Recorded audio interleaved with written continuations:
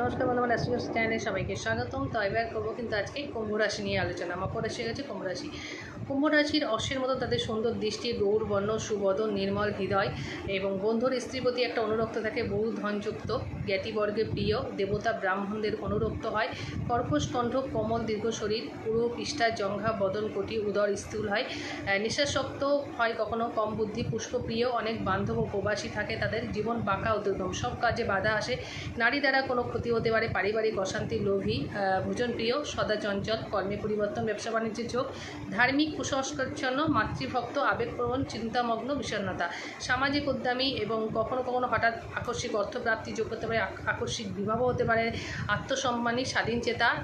এবার দেখা যাচ্ছে বাবা মা হঠাৎ কারোর মৃত্যু হতে পারে, কঠোর পরিশ্রম, তাদের শারীরিক অত্যাচার, দেশি বিদেশি বন্ধুদের থেকে সাহায্য পেতে পারে, ভ্রমণযোগ, এদের সন্তান না হওয়ার সম্ভাবনা, দত্তক নিতে হতে পারে। এছাড়া অশ্ব, অম্ল, অজীর্ণ,